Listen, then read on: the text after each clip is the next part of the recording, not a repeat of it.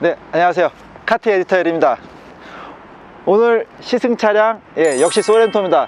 저희 소렌토 영상 많이 보고 계신가요? 6인승에 대해서도 좀 디테일하게 다뤄봤고요. 그 다음에 내리막, 오르막도 다뤄봤고, POV 아무 말씀 안 드리고서 1인칭 시점으로 촬영한 영상도 올렸습니다. 오늘은 전체적으로 소렌토에 대해서 제가 지금 며칠간 시승하면서 느꼈던 장단점, 그 다음에 특징점에 대해서 한번 살펴보도록 하겠습니다. 외관부터 한번 가볍게 보시고 가시죠. 소렌토, 제가 소렌토 가지고 있잖아요. 소렌토의 장점이라고 한다면 예전부터 산타페가 좀 디테일이 좋고 좀 미래지향적인 디자인으로 해서 훨씬 더 이쁘다는 느낌이 있었거든요. 근데 소렌토가 장점이라고 한다면 약간 묵직하고 약간 뭐랄까 약간 마동석 느낌? 근데 살을 싹 빼놨어요. 네, 며칠 지나면서 계속 보니까 역시 사람 눈이 간사한 게 계속 눈이 가요. 역시 신형이 갑인가 보다 그런 느낌이 있고요. 이 전면부는 역시나 셀토스 느낌이 가득한데 차이점이 있다면 훨씬 더 실물로 봤을 때 더 남자답고 좀 더 포스 있고 약간 그런 느낌이 있어요. 가까이 와서 봐주시면요, 그 차이점이 셀토스는 이렇게 툭 잘라놓은 느낌의 어떤 이미지스러웠다면은 입체적인 게 위에서 보시면은 이런 라디에이터 그릴이 굉장히 묵직묵직하게 들어요. 생각보다 더. 왜냐면은 앞면적보다 윗면적이 더 넓어요. 그래서 실물로 봤을 때 더 묵직묵직한 느낌이 있고, 헤드라이트도 헤드라이트 아래 DRL이 그냥 이렇게 붙어있는 듯한 느낌이지만 이렇게 살짝 위에서, 보통 사람은 차보다 크잖아요. 그렇기 때문에 성인은 보시면 이렇게 손바닥을 올려놨을 때 높이만큼 이 면적이 있어요. 그러니까 이게 어떻게 보면은 약간 갑옷을 입고 있는 듯해요. 로마 시대 기사가 이렇게 갑옷을 이렇게 투구를 쓰고서 있는 듯한 느낌이 좀 강합니다. 멋있다는 이야기예요. 측면을 보시죠. 휠이 20인치가 적용이 됐습니다. 그 아래는 18인치가 적용이 되고요. 18인치의 이번에 특징점은 컨티넨탈 타이어가 적용이 됐어요. 현대기아차가 최근 들어서 타이어로 재미를 봐요. 그러니까 아마 대량으로 매입을 하기 때문에 국산 타이어나 수입 타이어나 별반 차이가 나지 않을 것 같거든요. 그렇다 보니까 소비자들이 느끼기에는 좀 더 고가인 수입 타이어를 적용을 해서 그 효과를 보고 있는 것 같아요. 측면 보시면 많이 보셨겠지만 휠 베이스가 굉장히 길어졌어요. 이전 세대랑 틀리게 차세대 플랫폼이 적용되다 보니까 이런 효과를 볼 수 있는 거죠. 그렇다 보니까 실내 공간도 같이 넓어졌습니다. 물론 그 차이는 35mm, 굉장히 사실 큰 수치예요. 3.5cm죠. 3.5cm. 그리고 위로 1cm. 근데 안에 들어갔을 때 느끼는 공간감은 훨씬 큽니다. 그리고 샤크핀 이라고 하는데 처음에는 이게 왜 들어가는지 모르겠어요. 이것만 보면. 근데 전체를 같이 보면은 포인트가 여기 그래서 측면에서 봤을 때 굉장히 좀 디테일이 있다, 이런 느낌을 줄 수 있는 그런 포인트가 되는 것 같아요. 후면도 한번 보시죠. 우리가 테룰라이드 출시했으면 좋겠다, 이런 말씀들이 많았는데 비슷한 디자인으로 적용이 되어 있습니다. 디자인이 소렌토답다 이런 느낌이 들어요. 좀 이렇게 묵직하고 그다음에 단정하면서도 깔끔하고, 이런 디자인은 시간이 지나도 지겨워지지 않죠. 시간이 지나도 그냥 소렌토의 매력으로 남을 거예요. 1세대 소렌토처럼. 지금 봐도 괜찮잖아요. 안에 인테리어도 같이 보시죠. 인테리어도 한번 보시죠. 화려합니다. 화려해. 이전에 소렌토 유행 같은 경우에는 사실 센터페시아가 좀 심심해서 좀 너무 심심한 느낌이 있었어요. 가운데만 이게 있었잖아요. 그걸 보다가 이걸 보니까 진짜 격세지감이 느껴질 정도로 차이가 너무 확연해요. 디테일이 정말 장난 아닙니다. 도어 트림도 보십시오. 도어 트림도 지금 현재 이 스티치로 이렇게 디자인한 이 부분은 정말 장난 아니고요. 가운데 이렇게 들어간 무광 크롬도 정말 디테일이 남다릅니다. 제가 이전에 K5에서 말씀드렸는데 이렇게 선을 얹었을 때 여기가 살짝 올라와 있으면 아무래도 훨씬 더 안락함이 있거든요. 자, 이렇게 보시면 디테일이 진짜 남달라요. 가격이 오른 만큼 확실히 이전 중형 SUV의 느낌보다는 더 고급 트림 느낌입니다. 진짜 한 등급 높아졌다고 해도 될 정도로 확실히 좋아졌어요. 그리고 보시면 여기는 가죽이고 여기는 플라스틱이거든요. 근데 이렇게 색깔 톤까지 맞춰주면서 디자인의 완성도를 높였다고 볼 수 있을 것 같습니다. 자, 그리고 핸들 투톤, 너무 고급스러운 거 아니에요?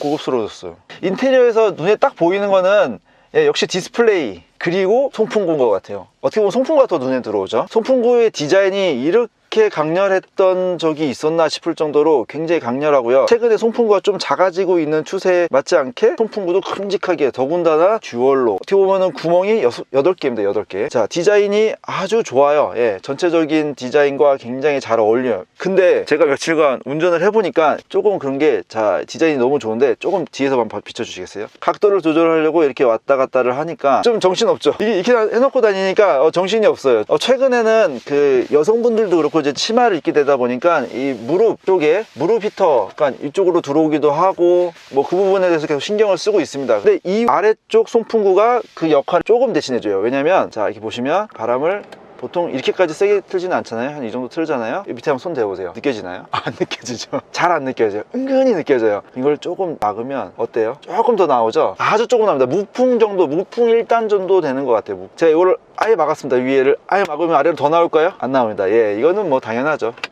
바람을 막았으니까 아래까지 같이 막히는 겁니다. 은근히 나오는 실용적인 것도 챙길 수 있다. 하지만 이 바람이 뭐 세서 이 부분을 빨리 시원하게 해주거나 빨리 따뜻하게 해주는 역할은 하기 힘들 것 같고요. 디스플레이 12.3인치가 들어가 줬으니까 좋아요. 근데 이 부분은 어떻게 보면 가격 상승 요인이잖아요. 비싼 가격을 들여서 12.3인치를 채택을 했는데 여기에 들어간 디스플레이가 좀 아쉽습니다. 이렇게 보면은 컴포트, 에코, 스포츠, 그 다음에 스마트, 모습이 변할 때는 꽤 화려해요. 하지만 결국은 그냥 똑같은 타코미터에 똑같은 원형 사이즈의 색깔 컬러가 바뀌는 듯한 느낌입니다. 그리고 한 가지가 더 들어간 게 있죠. 계기판에 들어가시면 테마가 있습니다. 테마에 테마 D, 모두와 상관없이 이렇게, 그 예전에 제가 시력 조정하러 갔을 때 여기 가운데 풍선이 있으면 딱 그 느낌이라고 말씀드렸었는데, 예, 그렇게. 그 다음에 이게 야간, 그 다음에 주간에 약간 변화가 되죠. 요거 하나 더 추가됐습니다. 자, 가운데를 한번 보시죠. 전자식 변속기가 적용이 됐습니다. 전자식 변속기의 장점이라고 한다면은 아무래도 이 하단부에 좀 공간을 사용할 수 있다는 거거든요. 근데 보시는 것처럼 하단부를 사용할 수가 없어요. 좀 아쉽죠. 그 이유는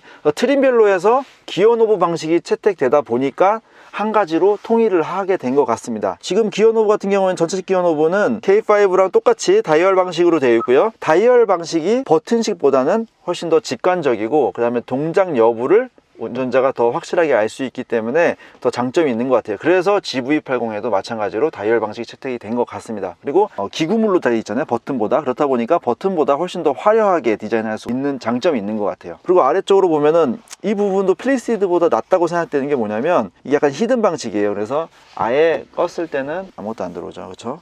켰을 때 라이팅이 들어오고 노란색으로 표시가 되는데 훨씬 더 디테일합니다. 디테일하고 시야적으로 잘 들어와요. 물론 상부에서 다 표시가 됩니다. 예, 이렇게. 에코 모드도 마찬가지로.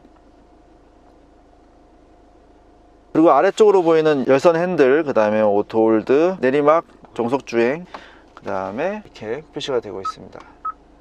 전자식 파킹 브레이크도 함께 적용이 되고요. 그 다음에 차이점이라고 한다면 확실히 전자식 변속기가 들어가서 그런지 이 통이 커졌어요, 이전보다.